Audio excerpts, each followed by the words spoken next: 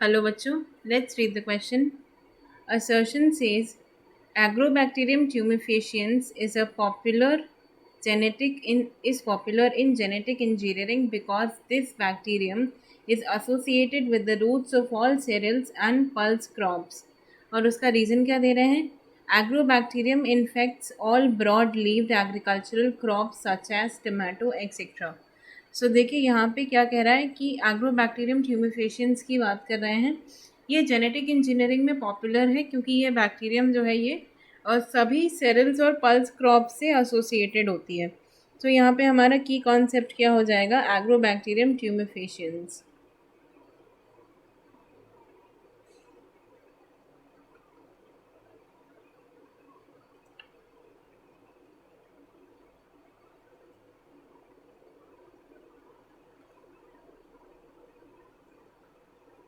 Tumefaciens.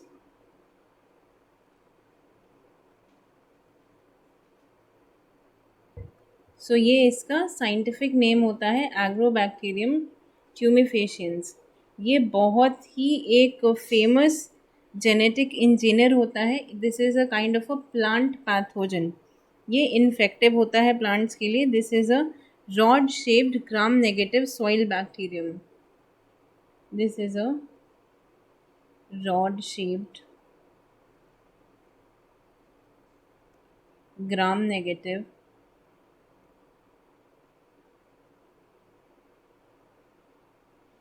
soil bacterium, and this is the most used genetic engineer.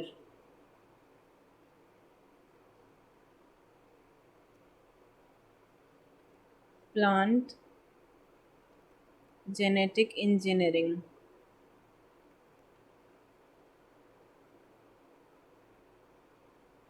ये आपका main point है इसमें। और ये जो एग्रोबैक्टीरियम ट्यूमिफेशियंस होता है ये नेचुरली इन्फेक्ट करता है डाइकॉट्स के वूंड साइट्स को, और इसका काम क्या होता है? उनमें क्राउन गाल ट्यूमर्स को इंड्यूस करना। तो यहाँ पे it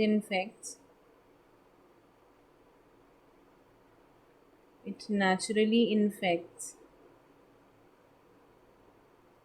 wound sites of dicots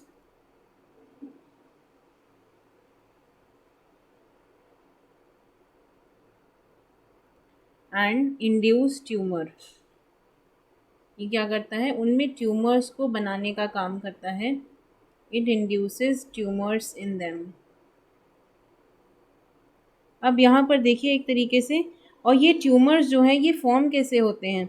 जो डीएनए सेगमेंट है वो बैक्टीरियल ट्यूमर इंड्यूसिंग प्लाज्मिड से ये ट्रांसफ़र होता है। इसके अंदर ये खासियत होती है कि ये अपना जेनेटिक मटेरियल जो है ये इनकलकेट कर सकता है प्लांट के अंदर। सो यहाँ पे it has the property to, यहाँ पे ट्यूमर इंड्यूसिंग प्लाज्मिड जो है इनमें जो ट्यूमर इंड्यूस करता है, ये एक बहुत इम्पॉर्टेंट पॉइंट है कि यहाँ पे ट्यूमर इंड्यूसिंग प्लाज्मिड इनके थ्रू बनाया जा सकता है। सो ट्यूमर इंड्यूसिंग प्लाज्मिड, जिसको हम शॉर्ट में क्या कहते हैं? TI plasmid. TI plasmid can be used as a cloning vector in plants।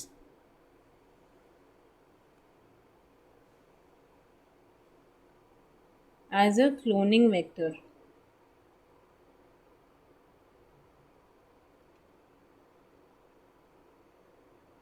और ये कैसे कर सकते हैं? It can be modified with new DNA.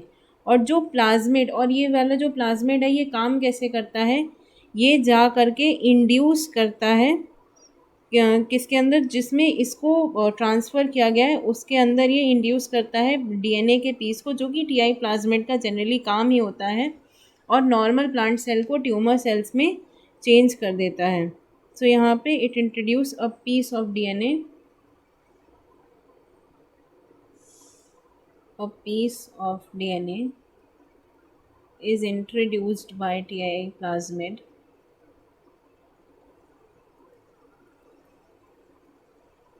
TI plasmid which change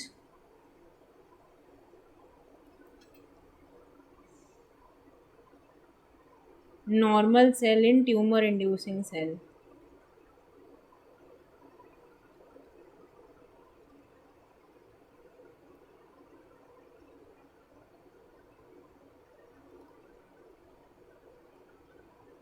और यहाँ पे होता क्या है कि ये जो टीआई प्लाज्मिड है इसके अंदर ऑक्सिन और साइटोकाइनिन सिंथेसाइज करने के लिए जीन्स प्रेजेंट होते हैं।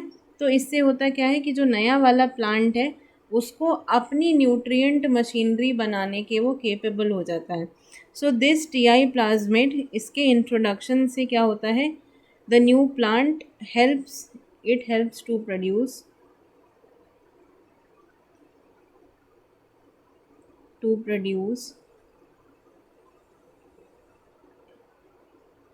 its own nutrient machinery. The new plant to produce its own nutrient machinery.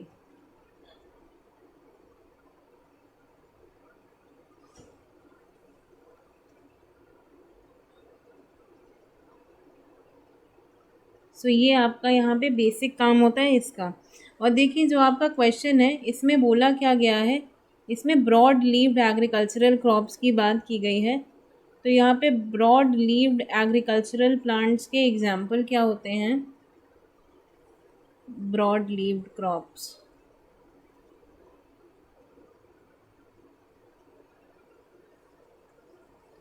Soybean,